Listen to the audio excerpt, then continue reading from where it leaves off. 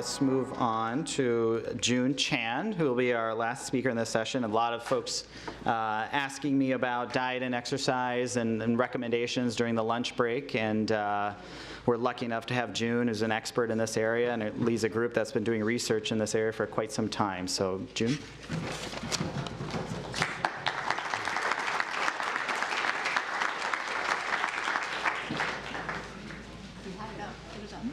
They were up? Yeah. Okay.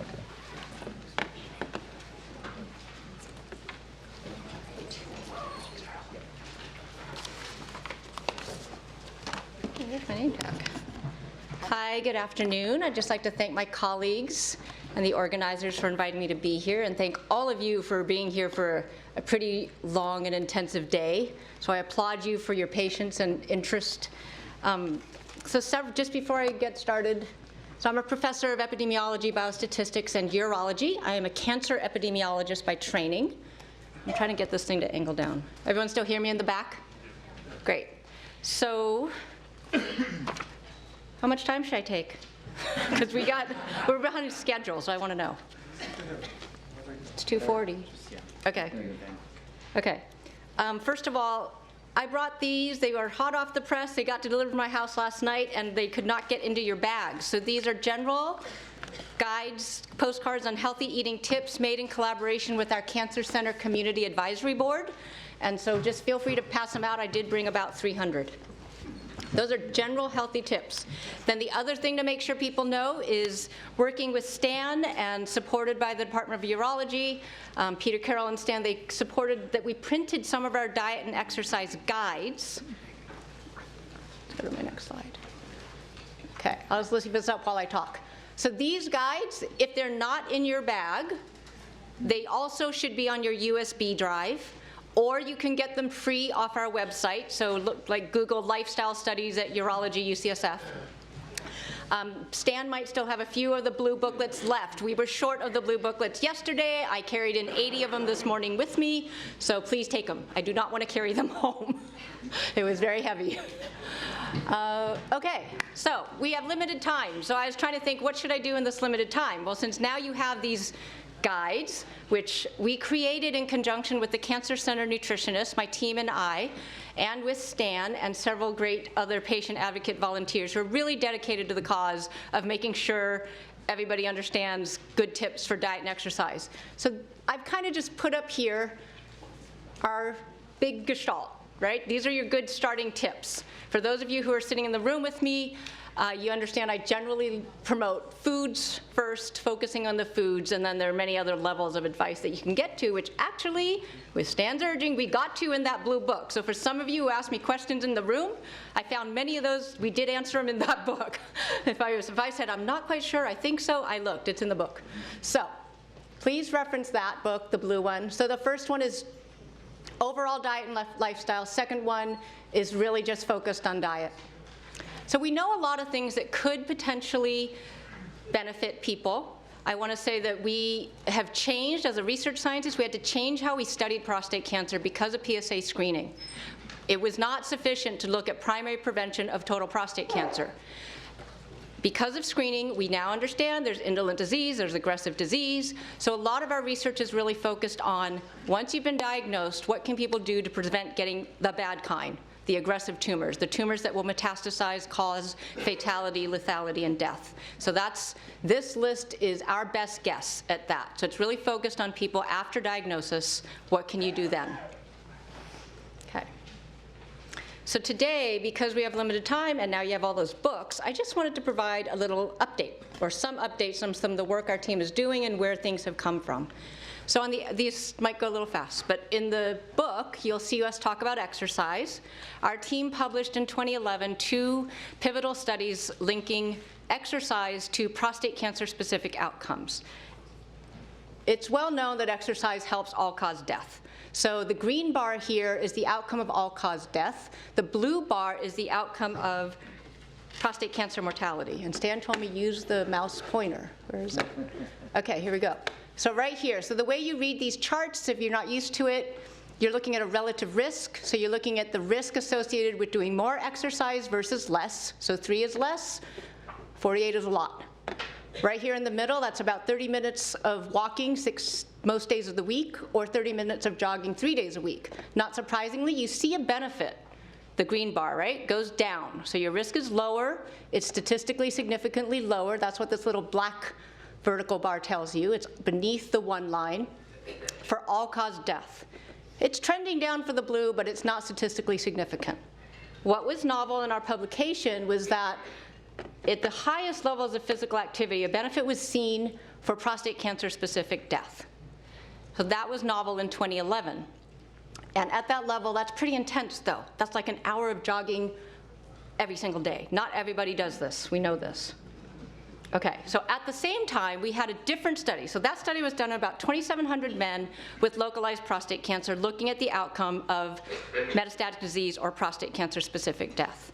At the same time, we had another study done here in about 1,500 men, looking at prostate cancer recurrence, developing in men originally diagnosed with non-metastatic disease.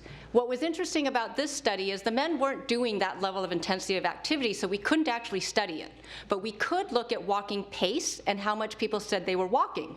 And the interesting trend that's shown in this graph is basically depicting that there was a lower risk of prostate cancer recurrence associated with faster walking pace, self-reported faster walking pace. Okay, so that's in the books, but also shared here. So since that, so those studies came out in 2011, I'm happy to share that there's more data out there now substantiating these initial results. And actually, potentially good news for some people, even at lower levels of activity. So in 2011, we were like, oh God, 7 hours of jogging a day. How are we gonna get people to do that to get a benefit, right? Or walking really fast. Walking really fast is what we've aimed for. We have a number of clinical trials that I'll tell you about a little bit later, focused on brisk walking because of that finding. However, in the interim, here's a study that came out of the Cancer Prevention Study 2, focused on over 5,000 men, also again diagnosed with prostate cancer. So again, we're just looking at exercise after diagnosis. And they saw a benefit for prostate cancer death at much lower levels. So the comparison there of that 17.5 versus 3, that's much closer, if you look back here on this slide, to that middle category of like 30 minutes of jogging or a 30-minute walk most days of the week, right? So that may be much more doable for people. So that was a heartening result. So recreation exercise had a benefit for prostate cancer death. And then another study came out. So this is now the 4th study looking at prostate cancer death and physical activity after diagnosis. So this study, just to explain the lines here, this is all-cause death. Basically, the dotted line is people who have more activity, and then the red line is people with less activity.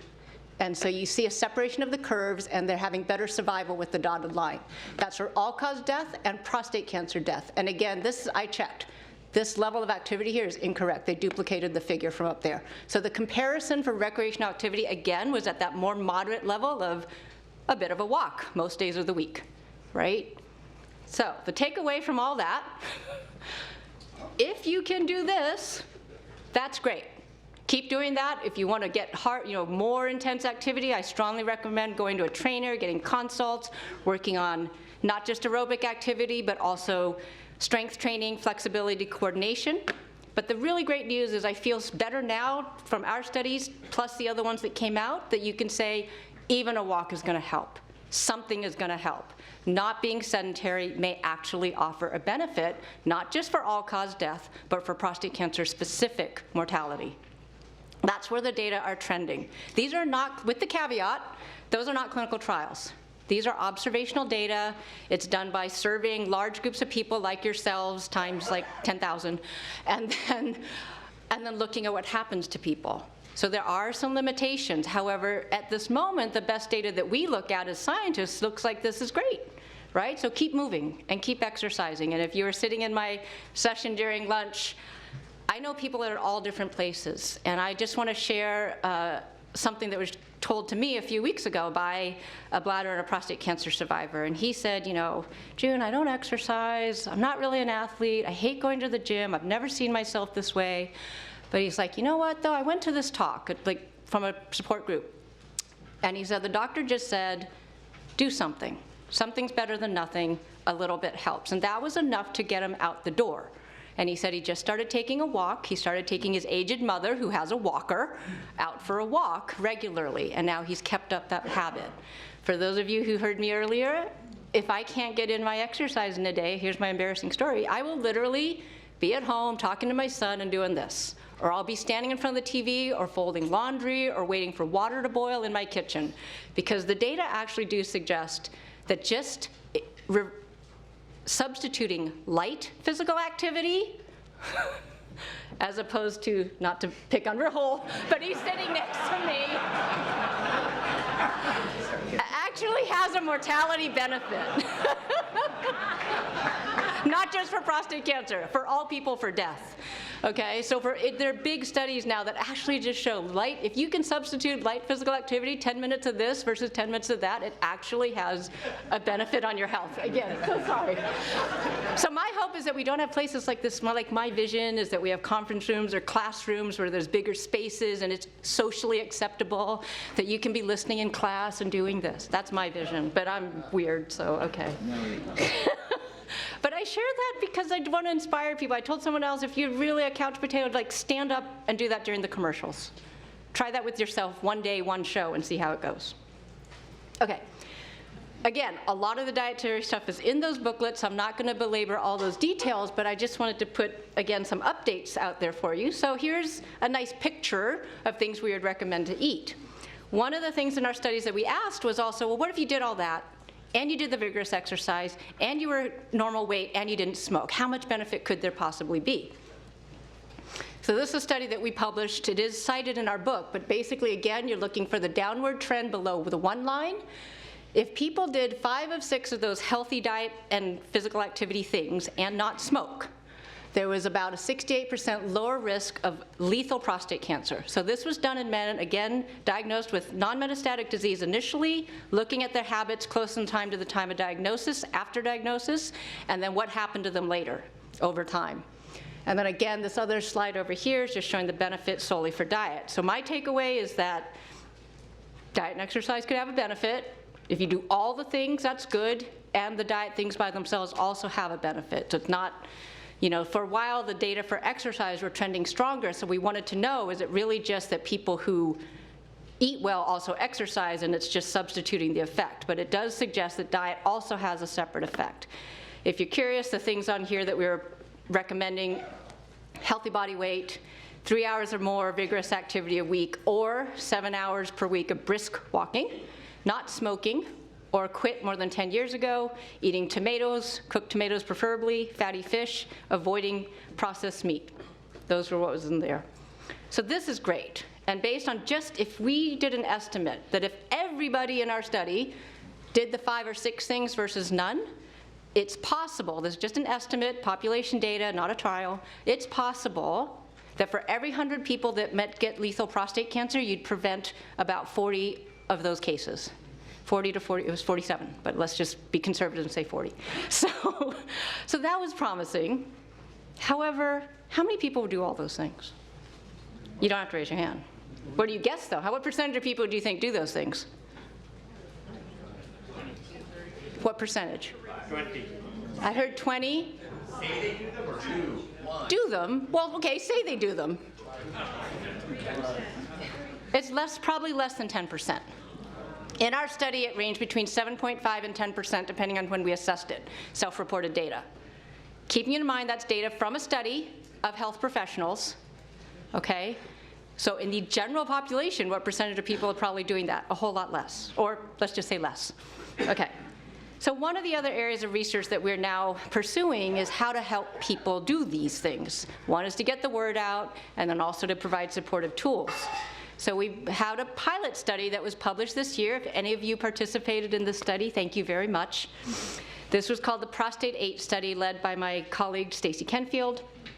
And so basically in this study, we asked the question, if we provide people with the information, like what you got in those books, and some supportive tools, which could be in the format of a Fitbit, or in that case it was the old time that you clip on, some text messaging systems that would give you reminders a few times a week, some shopping guides, some menus, some recipes, we're trying to come up with a sustainable package and to see if people would make lifestyle changes in a short term. So this study ran for 12 months in patients who are pursuing active surveillance or surgery here at UCSF. Again, what we recommended is shown here on the board. Basically, similar to what I said, healthy fats, vigorous activity, cruciferous, tomatoes, fish, don't eat processed meat, avoid tobacco, and we did talk about don't take supplements as if you reviewed it with a health professional, because we are aware, you should be aware, there are some large-scale studies that have looked at common single supplements actually possibly not being good for prostate cancer. They're in the books. I can take questions later if you have questions about that.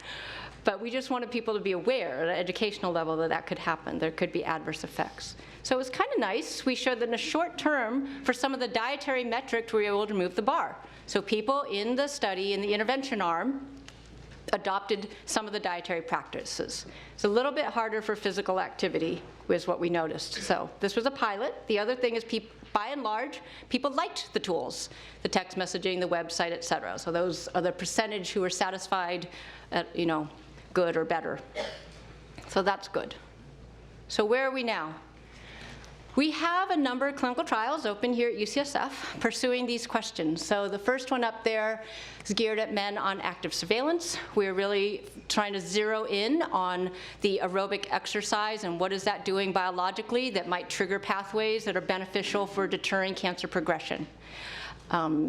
The second one is Prostate 8, so building off that pilot study I just showed you. This is taking feedback from all the participants in that first pilot study, creating a better box of tools, hopefully tailored more to what people want. And it's still called Prostate 8 because we like the name, but there's actually 15 recommendations now on what the people should do, and giving tools. So we have that running now. That's a little bit longer. We're trying to see if we can sustain the intervention over a longer period, 2 years. The first one was just 3 months. And now we're really also curious about pursuing the question, if you recall, everything I've quoted so far was studies that started in men who had non-metastatic disease and then progression forward. We're very interested in also addressing, well, what if you started? Or what if you have advanced disease now? Is this going to offer benefit? Are these things going to help? There's a few provocative pieces of data out there that suggest, A, exercise is safe, and it might help, but we wanted to do a bigger trial. So we're now involved actually in 2 trials. This one's here based at UCSF. Thank you to Eric and Rahul and others here who've referred patients for this. But again, this is high-intensity interval training, aerobic or strength, for men with metastatic disease, looking at biological outcomes as well as just feasibility. Can people do this? Do they like it? So again, all of these are open here. You do not have to be, I want to be very clear, you don't have to be a patient here at UCSF to be in these studies. This is open to the community. We do ask that you do come twice, though, to the fitness center over at Mission Bay to have exercise orientation, some blood work done, and an exercise test. So 2 times during the study period. So it's open to the community. If you're interested, please contact us right there, urologyresearch@ucsf.edu. Or my name's june.chan@ucsf.edu. Okay, so lastly, some other initiatives that we're working on. So like this morning or this afternoon in the lunchroom, we get asked all kinds of great questions from people about specific supplements or specific dietary practices. And the truth is, while we've done some really exciting, great work, in cancer survivors, there's not that much data, actually, on what happens after diagnosis going forward or going after that. And so we're actually initiating a first of its kind new digital cohort study focused on cancer survivors. We will pilot it in prostate, bladder, and colorectal cancer patients, open to everybody. It will be digital.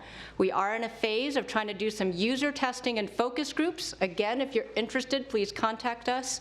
We're very interested in broad participation, diverse participation. We're hoping that this is a kind of study that can actually collect the data that other studies haven't in the past, like I take turmeric, or I do intermittent fasting, or I do this, and we're trying to work on improving our nutritional data collection methods that will allow us easily, hopefully, not a burden on the participant, to collect this sort of data.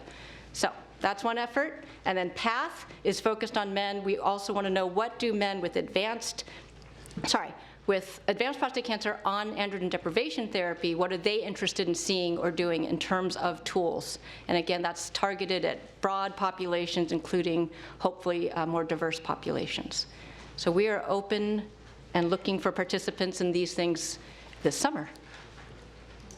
Okay, so hopefully everybody got the cards. I put that up there just to remind me to make sure I handed them out. Oh.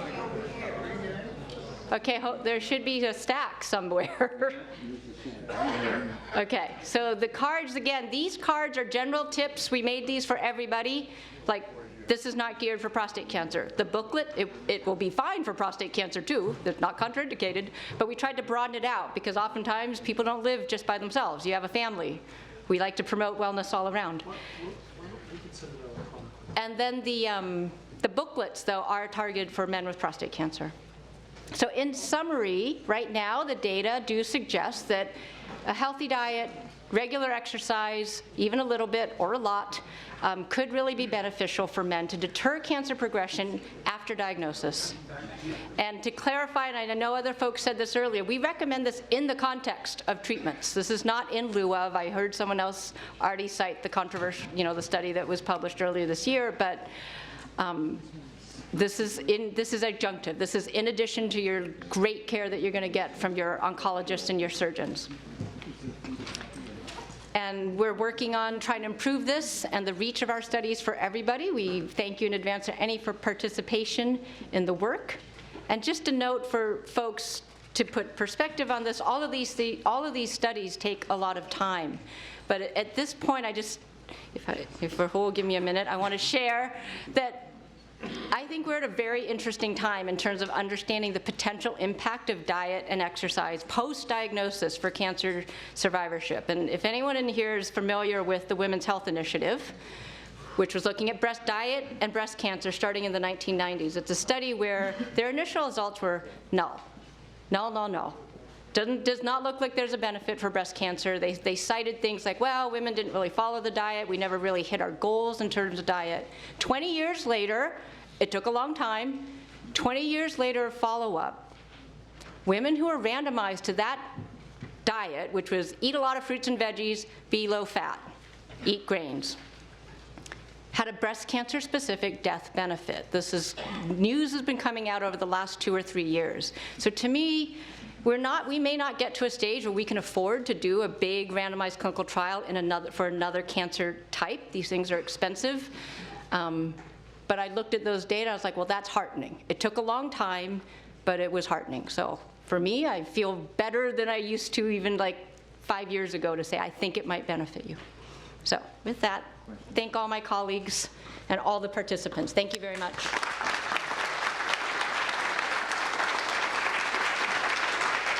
Thanks, June. That was really terrific, and there's a bunch of really good questions here. I think I'm going to pick a couple, and then hopefully there'll be time to grab June before she has to take off and maybe ask some more outside of the formal session. So first question is, can you define what our processed meats, and is just avoiding nitrates enough?